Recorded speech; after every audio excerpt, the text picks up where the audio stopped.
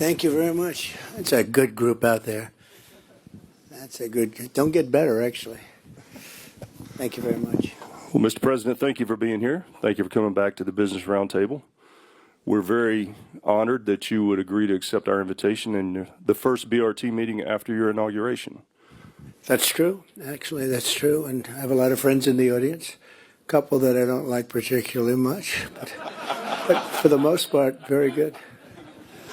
And as we were talking about backstage, this is the largest attendance that we've ever had at a Business Roundtable meeting. Well, it's a great honor. Thank you. So if you don't mind, we'll jump in. Okay.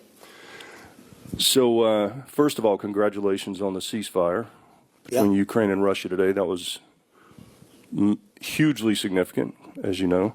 Well, it's Ukraine, but we hope to get Russia. It turned out to be I've been saying that Russia's been easier to deal with so far than Ukraine, which is not supposed to be the way it is, but it is, and we hope to get Russia. But we have a full ceasefire from Ukraine. That's good. That's very good. And then the people in this room, we're going to tie us back together. The people in this room obviously are very interested in all the conversations going on around trade and tariffs that are important here. And then you've also had a large-scale effort to root out wasteful spending in the federal government. And I believe there's a thread that kind of ties all that together, and I'm just curious if you could share with us what that is. Well, it's basically make America great again. We have a bloated, very dishonest in many cases federal government and bureaucracy that's been a long time coming. Somebody should have done this many years ago. And we're cutting numbers that nobody's ever seen before. DOGE, as we call it, affectionately. You've been all hearing that term a lot. Elon's been doing really a fantastic job. He suffers a little bit because of it. People go after him, but actually I think in the end it'll maybe reverse itself and be just the opposite. That's happened before. There's people that they tend to go after one group or another, but basically it's the other. They go after conservatives, and when somebody stands up and fights, their business ends up doubling.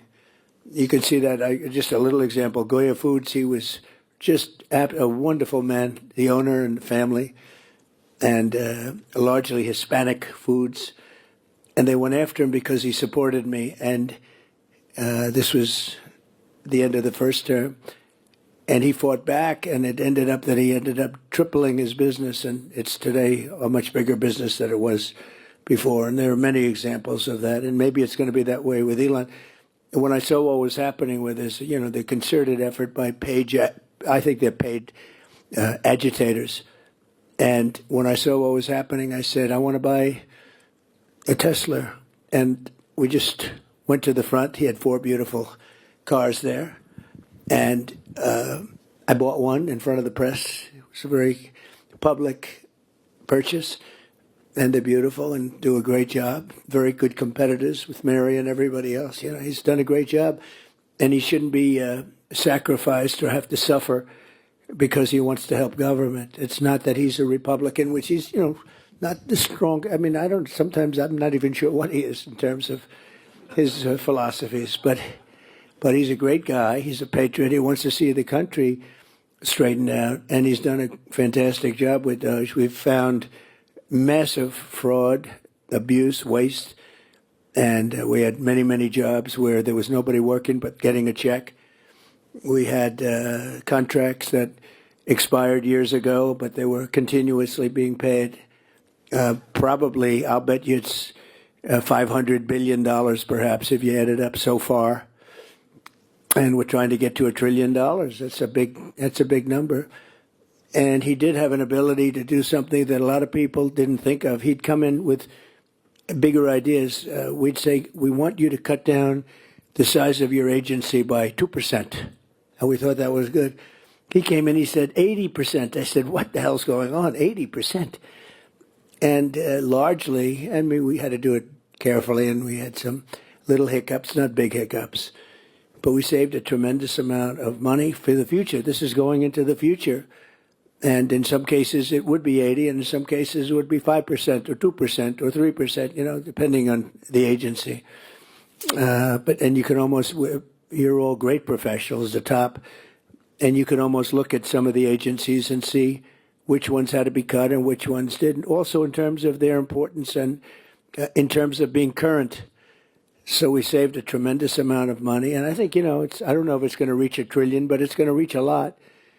And it was an honor to have Michael there yesterday. You got to see a little bit of it. We had a conference, and a lot of investment coming into our country, much more than I've ever seen. Apple is investing $500 billion. IBM was with us yesterday, and they're investing a lot. Just companies all over. I could name them. You've read most of them, many of them. But hundreds of billions of dollars is being invested. That wouldn't have happened if I didn't win the election, number one. And I think, number two, the tariffs are having a tremendously positive impact. They will have, and they are having. We have car companies that are not building in Mexico now. They're building in the United States. Some of them, the plants were already started, and they stopped construction, and now they're going to build in the United States. It was very unfair. They'd build in Mexico and sell them across the border with no tax, no nothing. They'd take away our jobs. They'd close up places in Michigan and all over the country, and they'd build them in Mexico. In many cases, they were owned by China. Built in Mexico, owned by China.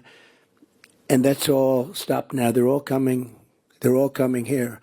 Honda is building a massive plant in different places, Indiana, South Carolina, but also in Michigan, a lot in Michigan. A lot of activity is happening. They're looking all over the place for places, and that's because there is a good spirit. There's a renewed spirit, and also, very importantly, the tariffs are, they don't want to pay 25% or whatever it may be. It may go up higher, maybe go up higher. Look, the higher it goes, the more likely it is they're going to build. And ultimately, the biggest win is not the tariff. That's a big win. That's a lot of money. But the biggest win is if they move into our country and produce jobs. That's a bigger win than the tariffs themselves. But the tariffs are going to be throwing off a lot of money to this country. And we've been ripped off for years by other countries, many, many decades. And they were doing the same thing. But I think we'll do it better. And I think we have a bigger advantage because we really are the piggy bank. They weren't. Thank you, Mr. President.